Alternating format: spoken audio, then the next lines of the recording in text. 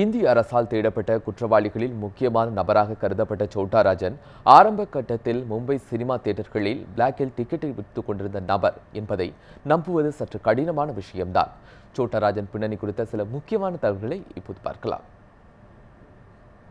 மும்பையின் சினிமா தியேட்டர்களில் பிளாக்கில் டிக்கெட் விற்ற ராஜேந்திர சதாசிவ் நிக்கல்ஜி தான் நிழல் உலகத்தில் தனி சாம்ராஜ்யம் நடத்திய சோட்டா ராஜன்.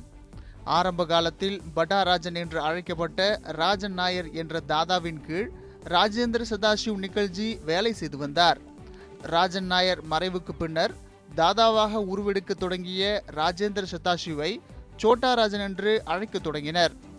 மும்பையின் முக்கிய தாதா என்று கருதப்பட்ட தாவூத் இப்ராஹிமுடன் இணைந்து கிரிமினல் மற்றும் போதைப்பொருள் கடத்தலில் ஈடுபட்ட சோட்டா ராஜன் தாவூத்திற்காக பல்வேறு நாடுகளில் சுற்றி அங்கெல்லாம் தனது தொடர்புகளை வளர்த்து கொண்டார்.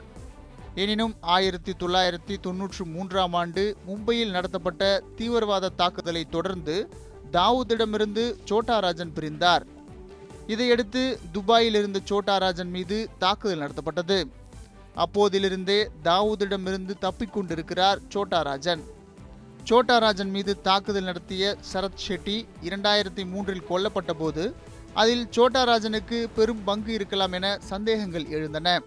இதனால் தாவூத் சோட்டா ராஜன் இடையிலான விரோதம் மேலும் அதிகரித்தது.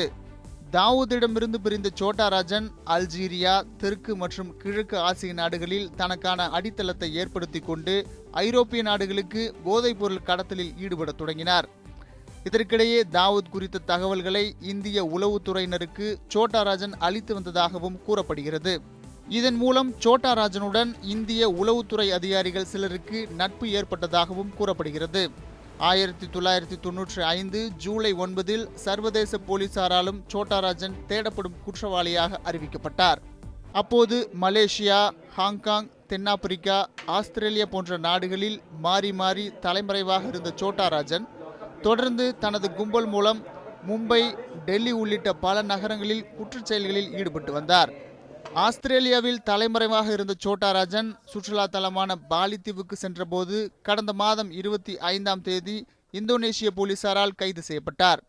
அவரிடம் சர்வதேச காவல்துறையான இன்டர்போல், இந்தியாவின் சிபிஐ உள்ளிட்ட அமைப்புகள் அடுத்தடுத்து விசாரணை நடத்தின. இந்நிலையில் தற்போது அவர் இந்தியா கொண்டு வரப்பட்டுள்ளார். செய்திப்பிரிவு நியூஸ் 7 தமிழ்.